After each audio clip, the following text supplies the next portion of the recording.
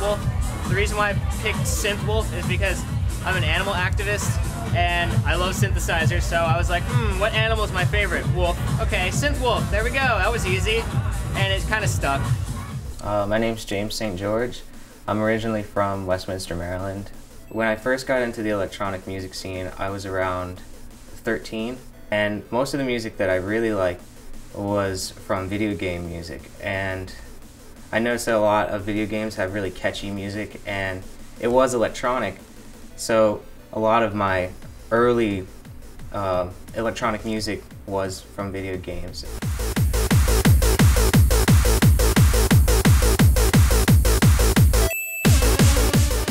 It was the internet that really started to bring me into the scene, and I would download video game music, soundtracks for video game music, and then when I started to like search for techno, the word techno at the time was really innocent to me, and I started to find, you know, just different songs, like really catchy pop songs that were techno, and then I started to find more underground styles of techno. But then it wasn't until 15 that I went to my first dance party, and the music, it was really loud, and you know, the louder it is, the better it sounds.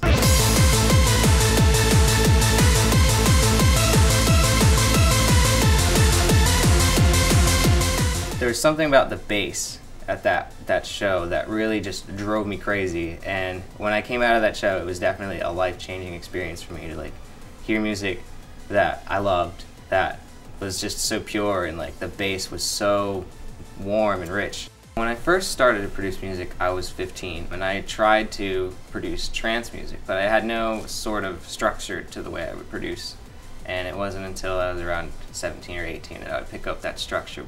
I messed around with like happy hardcore trance and like hardcore techno and a little bit of like housey and breakbeat elements too.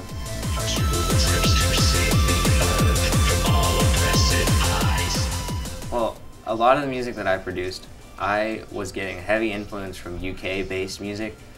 There were these DJs called Dougal and Gammer. When they first were making hardcore, UK hardcore, I was listening to their stuff, and it was the most inspiring kind of stuff to me because it would have the rushing melody in the breakdown, and it would build up, and then it would come in with the kick drum, and it would be very high energy, and that's what attracted me about the music. I'd say Styles and Breeze, Dougal and Gammer, Hixie, and Kevin Energy and Sharky. These were some DJs in the UK that were coming up pretty big at the time, and now they're at the forefront of that genre.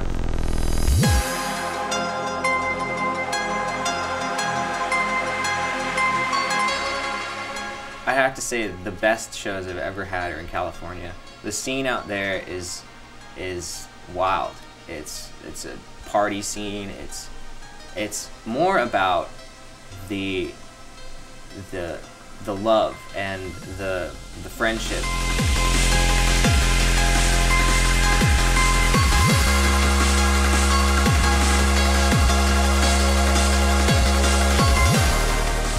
Well, tonight is Lost in Translation. It's an all-trance night at the Curry Sushi Lounge on Colonial. I've never DJ'd anywhere in Orlando before.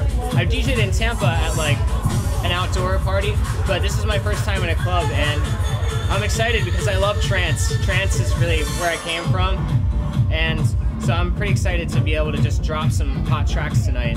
I'm also excited to drop one of my own productions tonight too, so I want to see how the crowd reacts to that. Can I ask you guys a question?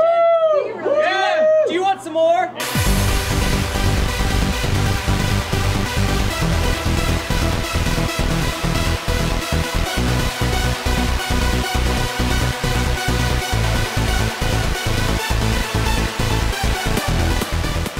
These bracelets are a common thing among people called candy ravers. Now there's a negative stereotype that goes with candy ravers, and people think that these mean I do drugs, which is not true at all. In fact, I know many candy ravers who they're sober ravers. All they want to do is just make stuff like this. It's a cultural thing. So these bracelets are not only a symbol of friendship and companionship, they're also a symbol of We are ravers, we are family, we're united as one. And to anyone who says that hardcore techno is all about drugs, you're wrong. You're completely wrong, because you're looking at the wrong side of the scene. You're looking at all the people who come to the scene just to get messed up, just to do the drugs. But there's people out there who live for this music, and there is a whole movement out there called Hardcore Till I Die. And these people out there love hardcore so much that they will love it until they die. And can you say that about the music that you love? Because in the end, it's all music, so why hate? Well, I thought tonight went pretty good. I was really happy to drop one of my own tracks. I mean, I didn't expect the dance floor to, fill up again like that. Even there was, not that many people here because it was the end of the night. But I was really surprised overall. And this is a really nice environment, especially for trance music. So I had a really good time.